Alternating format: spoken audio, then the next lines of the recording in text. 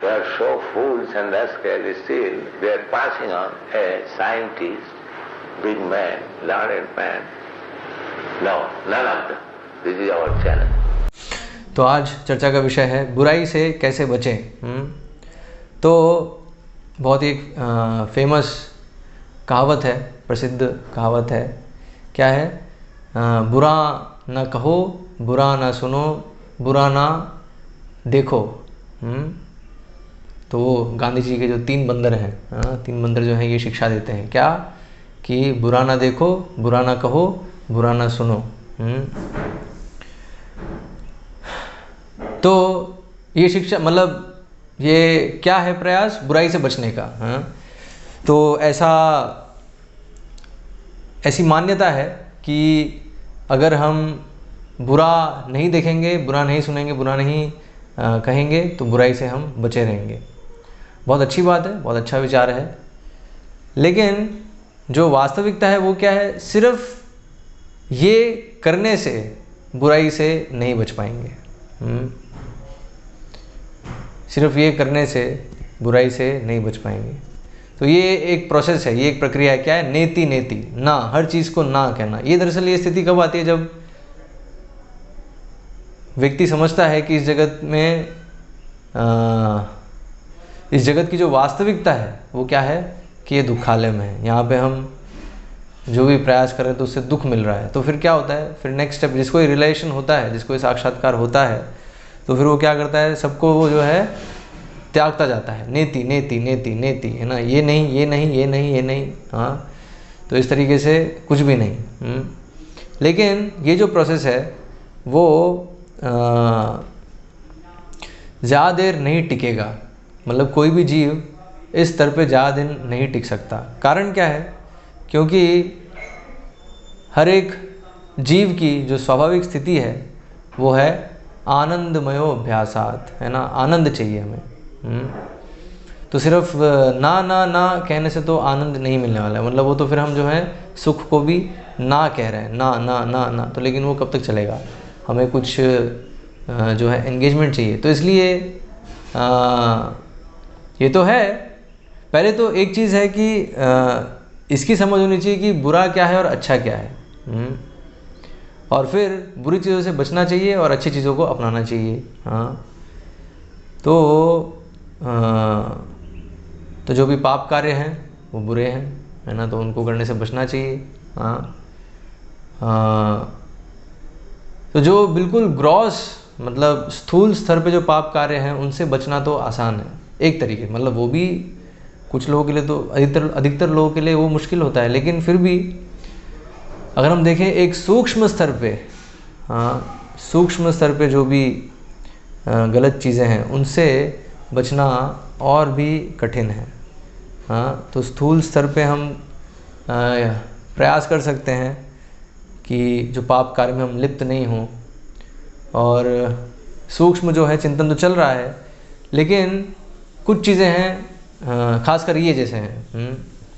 तो ये जो कहना, सुनना और देखना, ये कुछ मतलब ये इंद्रियों की जो एक्टिविटी है, इंद्रियों की जो गतिविधियाँ है उसको हम नहीं रोक सकते।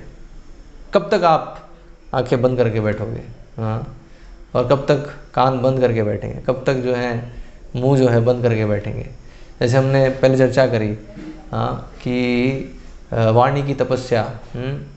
तो हम देखते हैं जिन लोगों को नहीं पता है पॉजिटिव एंगेजमेंट के बारे में, तो वो लोग क्या करते हैं? मौन व्रत रखते हैं।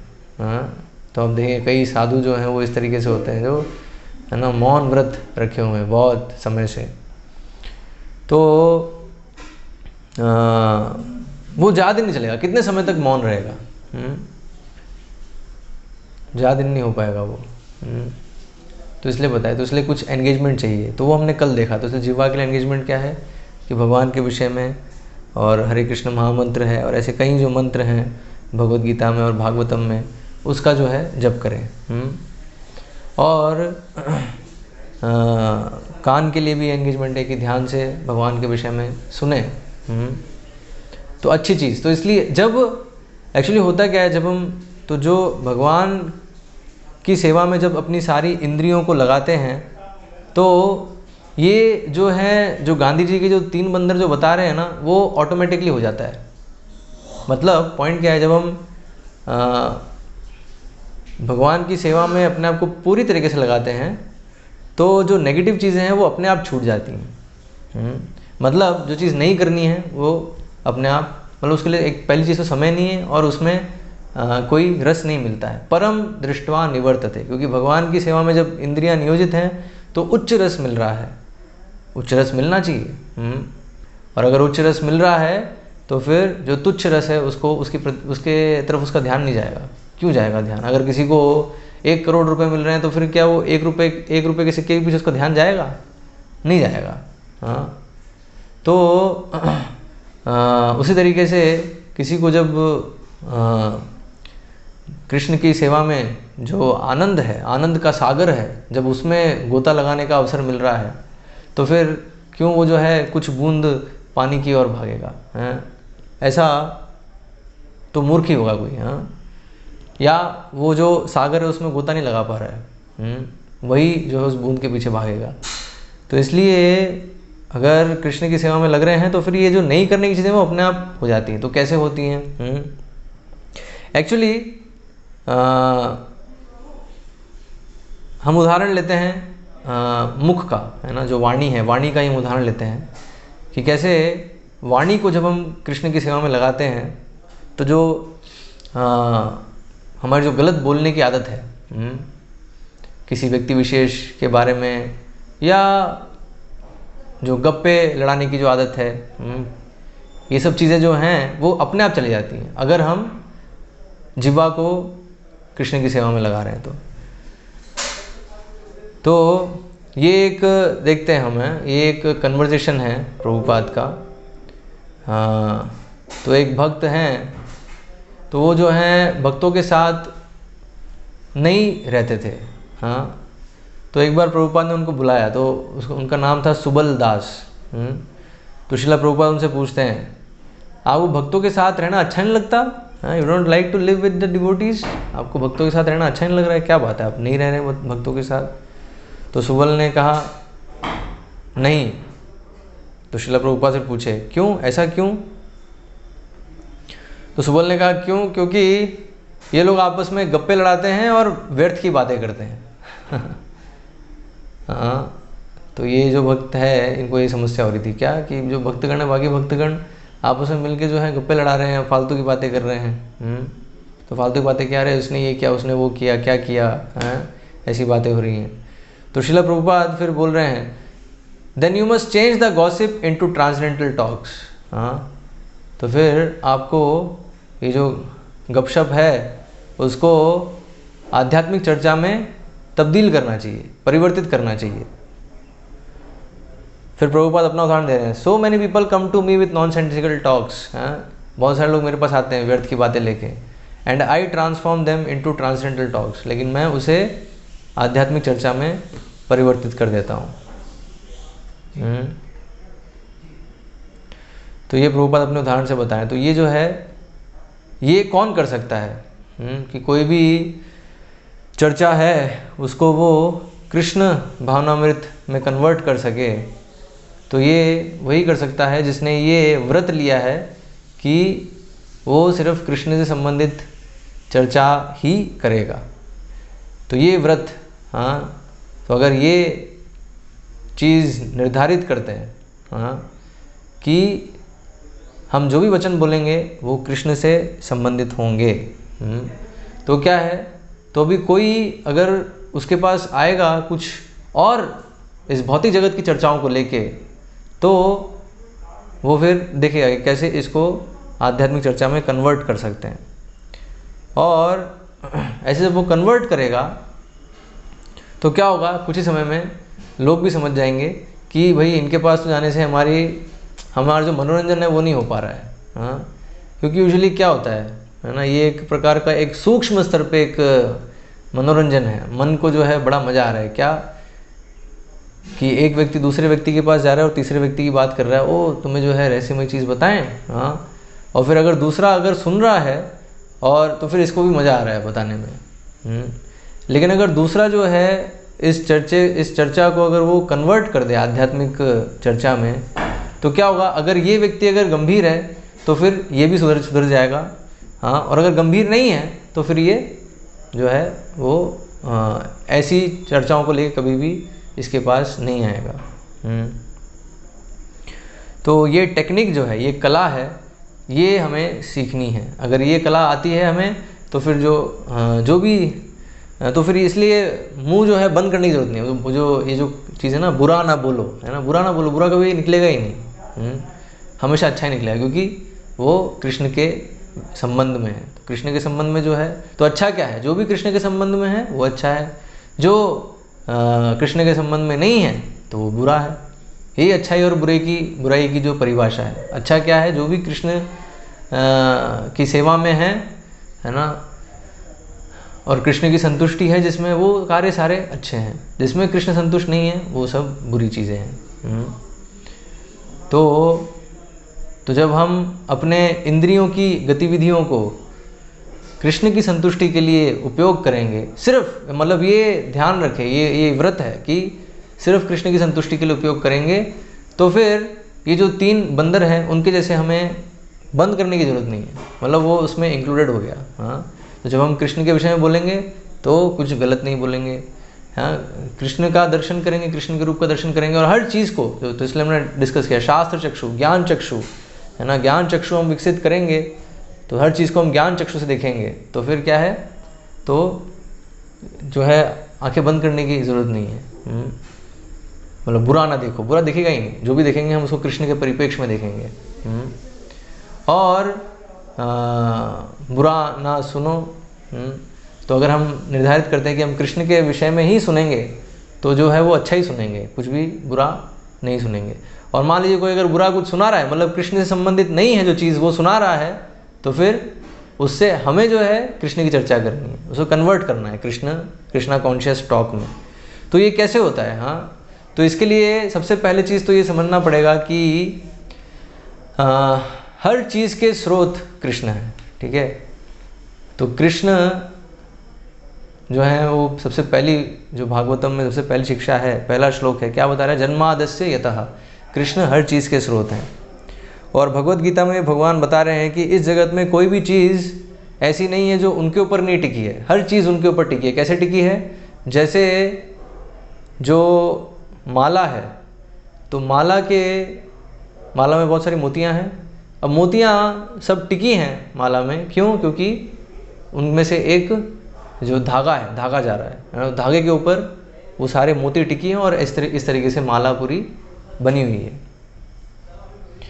तो भगवान ठीक उस धागे के जैसे हैं। वो धागा दिखता नहीं है ना, सिर्फ मोती दिखते हैं लेकिन धागा नहीं दिखता है, लेकिन वो धागा है जिसके कारण मोती सब साथ में हैं और माला के रूप में है।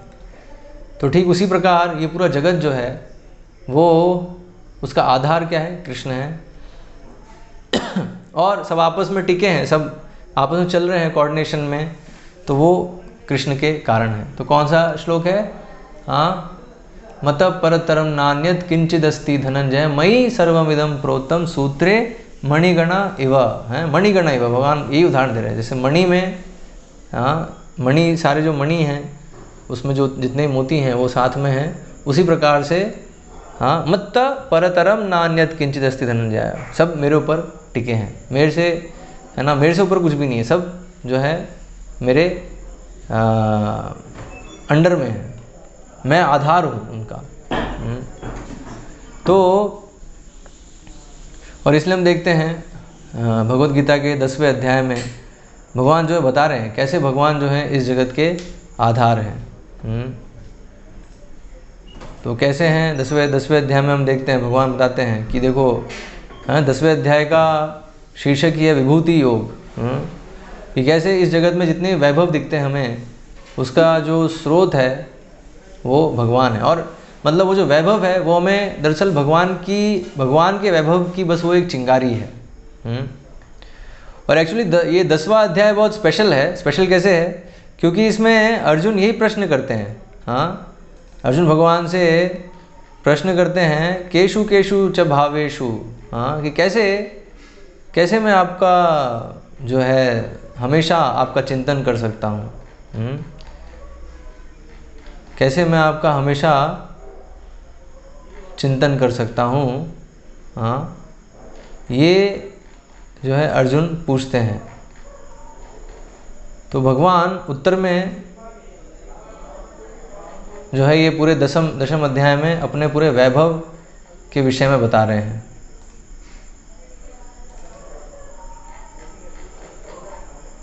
और ये दशम अध्याय स्पेशल क्यों है? इसमें भी दशम अध्याय में ही जो है चतुश्लोकी भगवद गीता है। हाँ, चतुश्लोकी भगवद गीता क्या है? जिसमें 4 जो श्लोक हैं, जो पूरा सार है भगवद गीता का। हाँ, तो जो 4 श्लोक हैं उसमें क्या भगवान बेसिकली बता रहे हैं? हाँ, तो वो है 10.8 से 10.11 है। तो ये इसमें भगवान ये बता रहे हैं, 10.8 उसमें भगवान बता रहे हैं, अहम सर्वस्य प्रभो मतः सर्वम प्रवर्तते इति मत्वा भजन्ते माम बुधा भाव समन्विता, कि मैं ही सबका प्रभु हूँ, हर चीज़ मुझ पर निर्भर है, और ये जो जानता है वो मेरा भजन करता है। हाँ, और जो ऐसे भजन करते हैं उनका फिर उनकी जो कैसे वो भजन करते हैं, कैसे वो कृष्णा कॉन्शियस रहते हैं, वो जो है 9वें श्लोक में भगवान बता रहे हैं। हाँ, मच्चित्ता मद्गत प्राणा बोधयन्तः परस्परम कथयन्तश्च माम नित्यम तुष्यन्ति च रमन्ति च, हैं कि उनका जो चित्त है वो हमेशा मुझ में लगा रहता है। उनका जो मद्गत प्राणा, जो प्राण हैं वो भी मुझ में लगे हुए हैं। बोधयन्तः परस्परम, और आपस में मेरे विषय में ही वो मेरे विषय में स्मरण करते हैं।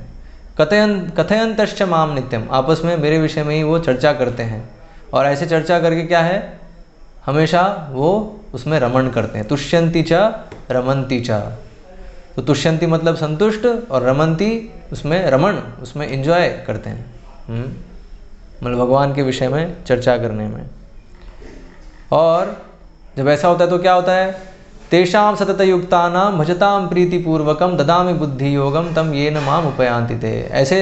ऐसे जो भक्त हैं तो उनको धीरे धीरे भगवान क्या करते हैं, ददामि बुद्धि योगम, उनको मैं बुद्धि देता हूँ जिससे वो मुझ तक कैसे आ सके, वो जो रास्ता है उन्हें बिल्कुल क्लियर हो जाए। मतलब ये बुद्धि देते हैं कैसे वो मुझे प्राप्त कर सकते हैं।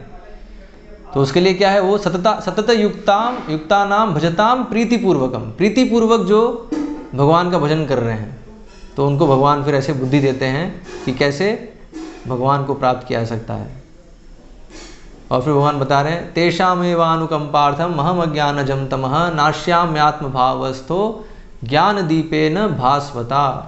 हाँ, तो हृदय में जो ज्ञान दीप है उसको जो है भगवान जला देते हैं, और उससे जो तमोगुण का प्रभाव है पूरा मिट जाता है। और इस तरीके से जो है पूरा भक्त समझ जाता है कि भगवान कौन है और उसका भगवान के साथ क्या संबंध है। तो ये जो 4 श्लोक हैं बहुत ही महत्वपूर्ण श्लोक हैं, चतुश्लोकी भगवद गीता इसे बताया है। जब भगवान ये बताते हैं तो अर्जुन फिर भगवान का गुणगान करते हैं कि भगवान कैसे परम हैं। हाँ, और फिर अर्जुन फिर कहते हैं, सर्वमेतदृतं मन्ये यन्मां वदसि केशव नहीं ते भगवन् व्यक्तिं विदुर्देवा न दानवाः। आपने जो जो बताया है वो सब मैं स्वीकार करता हूँ, आपको कोई नहीं जान सकता है, ना तो देवता जान सकते हैं ना दानव जान सकते हैं। फिर अर्जुन फिर प्रश्न करते हैं, हाँ, कि लेकिन मैं कैसे आपको जान सकता हूँ। हाँ, कथम विद्यामहं योगिंस्त्वां सदा परिचिन्तयन् केषु केषु च भावेषु चिन्त्योऽसि भगवन् मया। ओ कृष्णा, कैसे मैं आपका हमेशा चिंतन कर सकता हूँ, कैसे मैं आपको जान सकता हूँ, कैसे अलग अलग रूपों में आपका मैं स्मरण कर सकता हूँ, हे पूर्ण पुरुषोत्तम भगवान। तो ये अर्जुन यहाँ पूछे, केशु केशु च भावेषु चिंत्योऽसि भगवन् मया, कैसे आपका मैं चिंतन कर सकता हूँ। तो हमारा भी ये प्रश्न होना चाहिए ना, हमारा पूरा यही प्रयास है। कृष्ण भावनामृत होने का अर्थ क्या है, पूरे जो है कृष्णा कॉन्शियस, मतलब एक्चुअली हमारा भी यही प्रश्न है। हाँ, केशु केशु च भावेषु चिंत्योऽसि भगवन् मया। हाँ, जो भी गंभीर हैं कृष्ण भावनामृत में उनका ये प्रश्न होना चाहिए जो अर्जुन यहाँ प्रश्न कर रहे हैं। फिर अर्जुन कह रहे हैं विस्तरेणात्मनो योगम विभूतिम च जनार्दन भूय कथय तृप्तिर ही शृण्वतो नास्ति में मृतम। है कि आपके वैभव के बारे में मुझे बताइए, क्योंकि जितना मैं उसके बारे में सुनता हूँ उतना ही जो है तृप्त होता जाता हूँ, क्योंकि आपके शब्द जो हैं वो अमृत के समान है। हाँ, तो अभी भगवान फिर जब कहना प्रारंभ करते हैं तो सबसे पहले बताते हैं कि अर्जुन, तुम्हें मैं अपने सारे विभूतियों के बारे में बता ही नहीं सकता। क्यों? क्योंकि उसका अंत नहीं है। हाँ, तो भगवान कह रहे हैं, हाँ, श्री भगवान उवाच हन्तते कथयिष्यामि दिव्या ह्यात्मविभूतयः प्राधान्यतः कुरु श्रेष्ठ नास्त्यन्तो विस्तरस्य मे। नास्त्यन्तो विस्तरस्य मे मतलब मेरे जो विभूतियाँ हैं उसका अंत नहीं है। नास्ति अंत है ना, यहाँ नास्त्यंत विस्तरस्य में। तो इसलिए मैं क्या, प्राधान्यतः कुरु श्रेष्ठ, जो प्रधान विभूतियाँ हैं वो मैं तुम्हें अभी बताऊंगा, जिसको समझ के तुम मेरा स्मरण हमेशा कर सकते हो। तो अभी फिर भगवान यहाँ बताना, तो अभी ये सारे ये जो है ना, ये अभी जितने श्लोक हैं ये हमें अच्छे से याद होने चाहिए। अगर याद भी नहीं है तो एटलीस्ट उसका अनुवाद याद होना चाहिए। तो क्या होगा, जब भी हम कोई भी चीज़ देखेंगे तो उसमें हम भगवान का स्मरण देखेंगे, सुनेंगे या कहेंगे तो उसमें भगवान का स्मरण होगा। क्योंकि यहाँ भगवान बता रहे हैं कि कैसे हर एक चीज़ में जो सर्वश्रेष्ठ है वो भगवान का प्रतिनिधित्व करता है। रिप्रेजेंटेशन है वो कृष्ण का। तो यहाँ भगवान वैसे बता रहे हैं, अहम आत्मा गुडाकेश सर्वभूताशय स्थितः अहमादिश्च मध्यम च भूतानामंत एव च। मैं परमात्मा हूँ जो कि सबके हृदयों में, सभी जीवों के हृदयों में वास करता है। मैं ही शुरुआत हूँ, मध्य हूँ और अंत हूँ। हाँ, अहम आदिश्च मध्यम च भूतानाम अंत एव च। तो अभी ये क्या है, तो ये कुछ जो चीज़ें हैं वो पहली जैसी लगेंगी। इसका मतलब क्या है कि भगवान जो शुरुआत है, मध्य है, अंत है। तो तो ये भगवान इस अध्याय में जो भगवान की अचिंत्य शक्तियाँ हैं उसका भी वर्णन है। तो अचिंत्य शक्ति का अर्थ ही ये है कि हम उसको अपनी बुद्धि से समझ नहीं सकते, लेकिन वो तथ्य है।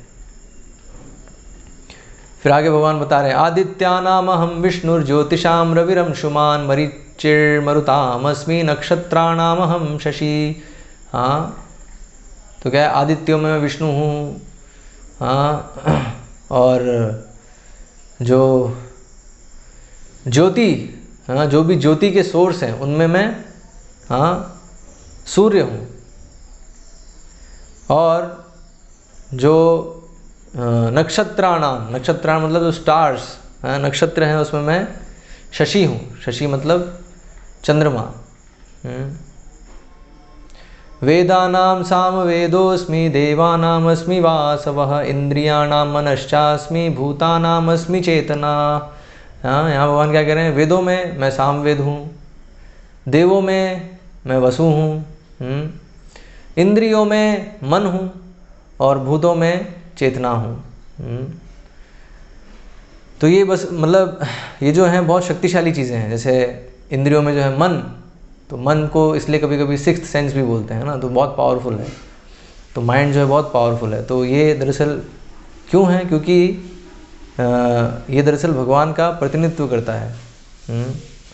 सारी इंद्रियों में सबसे पावरफुल जो है वो माइंड है। तो पावर क्या है, वो पावर जो है वो कृष्ण के तेज का बस एक अंश है। ऐसे ही देवताओं में मैं इंद्र हूँ, तो राजा, तो देवताओं के राजा इंद्र हैं, तो राजा है दरअसल वो भगवान के प्रतिनिधि हैं। ऐसे ही भूतों में मैं चेतना हूँ, तो भूतों में मैं क्या हूँ, चेतना। तो चेतना है तो वो लिविंग फोर्स, तो लिविंग फोर्स क्या है, आत्मा वो भगवान का अंश है।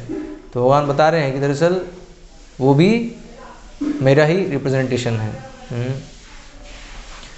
तो ऐसे करके पूरा ये जो अध्याय है इसमें भगवान अलग अलग तरीके से बता रहे हैं कैसे मैं हर चीज़ में श्रेष्ठ हूँ।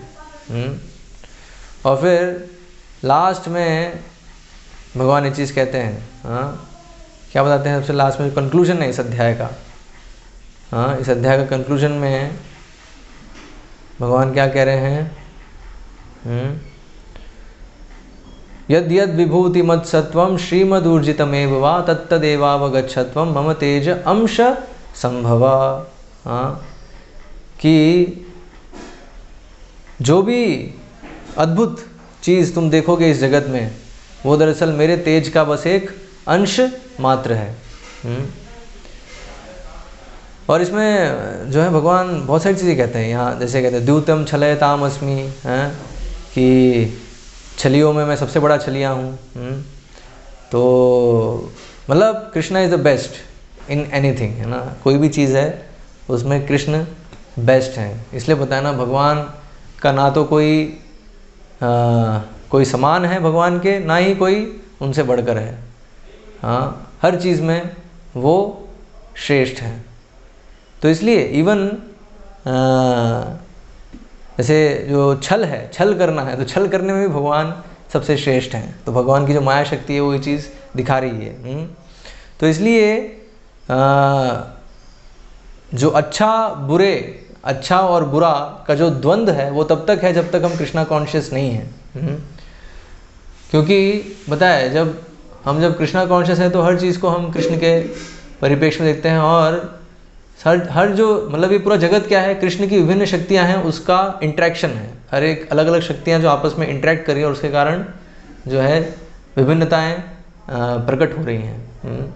तो उस तरीके जब हम देखेंगे तो हम एग्जैक्टली जो माया की डेफिनेशन है वो यही है कि हर चीज़ को कृष्ण से पृथक देखना। हाँ, तो जो बद्ध जीव है वो क्या है, कोई भी चीज़ है, हाँ, चाहे से वचन हो या कुछ देखना हो, हाँ, जो भी चीज़ें हैं इस जगत में, उसको वो कृष्ण से अलग देख रहा है। और यही प्रॉब्लम है कि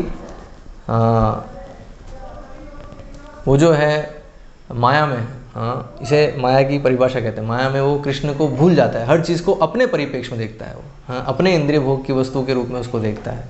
तो जब ये कला हम सीख जाते हैं, हाँ, कि हर चीज़ को कृष्ण की शक्ति के रूप में देखना, तो नेचुरल है कि उसको हम फिर कृष्ण की सेवा में उपयोग करने का प्रयास करेंगे।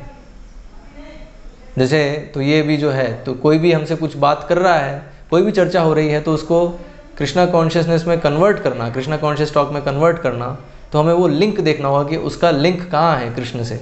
वो जो बात करने आया है वो तो उसको समझ में नहीं आ रहा है लिंक, लेकिन हमें समझना है कहाँ पर लिंक है।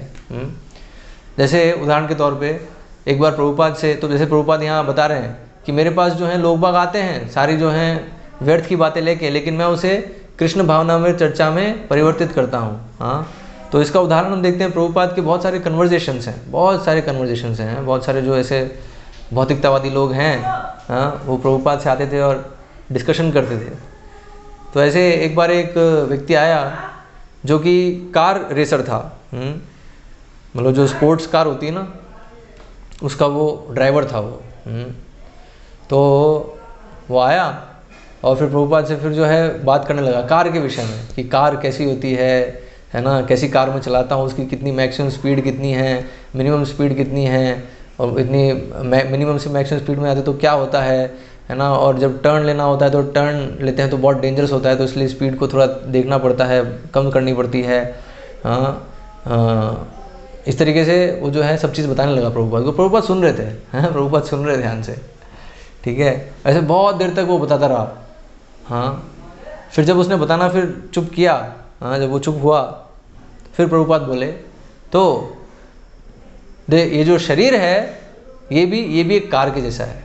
हाँ, और आप जो हैं ड्राइवर हैं, आप जो शरीर के अंदर आप वास कर रहे हैं, आत्मा है, वो ड्राइवर है। तो प्रभुपाद फिर तो वो जो है पूरी कार की चर्चा कर रहा था, लेकिन प्रभुपाद उसको कैसे जो है आध्यात्मिक चर्चा में उसको परिवर्तित किए, उसको वो जिस चीज़ को रिलेट कर पा रहा है उससे उसको जो है भगवत चर्चा में लिया है। तो ये कला है, ये एक आर्ट है, आर्ट ऑफ प्रीचिंग है, जिसको हमें सीखना होगा। कि अधिकतर लोग तो इस जगत में सब भौतिक विषयों में ही इंटरेस्ट रखते हैं, रुचि रखते हैं, पॉलिटिक्स के विषय में, हाँ, या किसी सेलिब्रिटी के विषय में। और पूरा जो न्यूज़पेपर है, टीवी चैनल हैं वो सब इसी जो हैं चर्चाओं से भरे रहते हैं। हाँ, तो इसलिए हमें वो कला सीखनी होगी, कैसे जो भी चल रहा है समाज में, जो भी जो मतलब गप्पे चल रहे हैं जिस चीज़ों पे, लोग जो है गप्पेबाजी कर रहे हैं, तो कैसे उस टॉपिक को हम कृष्णा कॉन्शियस टॉक में कन्वर्ट करें। मतलब उससे कृष्णा कॉन्शियस जो भगवान का जो लिंक है, जो कि वो व्यक्ति भूल रहा है और उस भूले हुए चीज़ को वो एंजॉय कर रहा है। हाँ, मतलब कृष्ण से अलग उस चीज़ को देख रहा है और उस चीज़ को एंजॉय कर रहा है, तो उसको उस कृष्ण के साथ संबंध करके उसको दिखाना है कि देखो एक्चुअली ये चीज़ ऐसे हो रही है। जैसे कई लोग जो है समस्या के विषय में चर्चा करते हैं, हाँ, कि कुछ समस्या हुई तो क्यों हुई, तो फिर उसको फिर हमें समझाना है, मतलब ये चीज़ मिलाना है। तो भगवद गीता में भगवान ऑलरेडी कह रहे हैं ये जगत दुखालयम है, यहाँ पे दुख है, तो आपको दुख हो रहा है, ये फैक्ट है, बहुत अच्छी चीज़ है, आप इसको रियलाइज़ कर रहे हैं। तो लेकिन अभी सॉल्यूशन क्या है? तो इस तरीके से हमें जो है, हम देखेंगे Prabhupada back to Godhead magazine जो लिखते थे, मैगजीन में आर्टिकल्स लिखते थे, तो उस आर्टिकल्स को हम अगर देखेंगे तो उसमें अधिकतर प्रभुपाद जो हैं, जो भी मॉडर्न अफेयर्स हैं, करंट अफेयर्स हैं, हाँ, उसको जो हैं उसको ले रहे हैं और उसको फिर Krishna conscious point of view से उस चीज़ को प्रेजेंट कर रहे हैं। तो इसलिए हमें ये सीखना होगा कि कोई भी चीज़ है उसको कैसे कृष्णा कॉन्शियस दृष्टिकोण से देखें, और कोई भी चर्चा हो हमारी किसी से भी, तो उसको हम कृष्णा कॉन्शियस टॉक में कन्वर्ट करें। तो सामने वाला तो नहीं करेगा क्योंकि वो भ्रम में है, लेकिन हमारा कार्य है खुद भी भ्रम से निकलना और उसको भी भ्रम से निकालना। तो इसलिए वो जो भी भ्रामक विषय पे चर्चा कर रहा है उसको उस विषय से कृष्ण विषय में लाना, ये हमें सीखना होगा और ये संभव है। हाँ, इसके लिए क्या रिक्वायरमेंट है, ये जो मैंने बताया है ना, 10वां अध्याय है ना, और हर चीज़ में कृष्ण को देखना, कृष्ण को लिंक कर पाना, वो जो सूत्रे मणिगणा ये वो कैसे हर चीज़ कृष्ण पे टिकी हुई है, इस चीज़ को देखना आना चाहिए। हाँ, तो जब ये देखेंगे तो फिर जो है कोई भी हमें समस्या नहीं होगी। ऐसे देखते हैं कि अगर भक्त के जीवन में कुछ रिवर्सेस आते हैं, हाँ, तो उसमें भी वो कृष्ण का हाथ देखता है। तो कैसे देखता है? हाँ, क्योंकि उसे पता है, ये ब्रह्मा जी बताते हैं, हाँ, कि एक भक्त जिसकी चेतना उन्नत है, तो वो जब उसके जीवन में जो भी होता है उसको वो कृष्ण कृपा के रूप में स्वीकार करता है। तत्ते अनुकंपा सुसमीक्षमानो भुंजान एवं कृतात्म विपाकम, हाँ, हृदवाग वपुभिर विदधान नमस्ते, हाँ, जीवेत मुक्ति स दाय भाग। तो उसमें बताया है कि जो भी ये सोच रहा है कि भगवान की कृपा से मुझे मिल रहा है, इवन जो उसके जीवन में दुख आ रहे हैं, हाँ, तो वो दुख भी जो है वो देखता है कि ये दरअसल मेरे ही पूर्व कर्म है, मेरे पूर्व जो पाप कर्म हैं उसी का जो फल है वो मुझे अभी मिल रहा है, लेकिन भगवान मुझे बहुत कम फल दे रहे हैं। एक्चुअली मैं तो इससे और मुझे इससे और अधिक जो है सज़ा मिलनी चाहिए, मैं इतना पापी हूँ, हाँ, इतने मैंने जो है बुरे कर्म किए हैं कि अगर मतलब ये जो मिल रहा है तो बहुत कम है, भगवान मुझे बस जो है थोड़ा सा बस दिखा रहे हैं कि जो मैंने पूर्व में किया है। तो वहाँ बता रहे हैं, ब्रह्मा जी बता रहे हैं, जो भक्त ऐसा जिसका विचार है तो वो क्या है, मुक्ति पदे स दाय भाग। तो जो मुक्ति है वो तो उसका अधिकार हो जाता है उस पर, हाँ, मतलब जन्म मृत्यु के चक्र से मुक्त होना और भगवत धाम जाना ये उसका अधिकार हो जाता है, जो भी ऐसा सोचता है। क्या कि जो भी है वो जो भी दुख हैं वो मेरे कारण आ रहे हैं, मेरे ही पाप कर्मों के कारण हैं, और भगवान ने मुझे बचा लिया एक्चुअली पूरे से, थोड़ा सा ही दिया है मुझे, टोकन ही दिया है बस एक, हाँ। और जो भी अच्छा हो रहा है वो तो बिल्कुल पूरी तरह से भगवान की कृपा है। अच्छा हो रहा है उसको नहीं समझता कि वो मेरे पूर्व अच्छे कर्म हैं, इसके कारण मुझे अच्छा मिल रहा है, नहीं, हाँ, वो पूरी भगवान की कृपा है। बुरा जो हो रहा है वो मेरे कारण है, हाँ। इस तरीके से जो है भक्त सोचता है तो वो मुक्ति पद पर उसका अधिकार हो जाता है।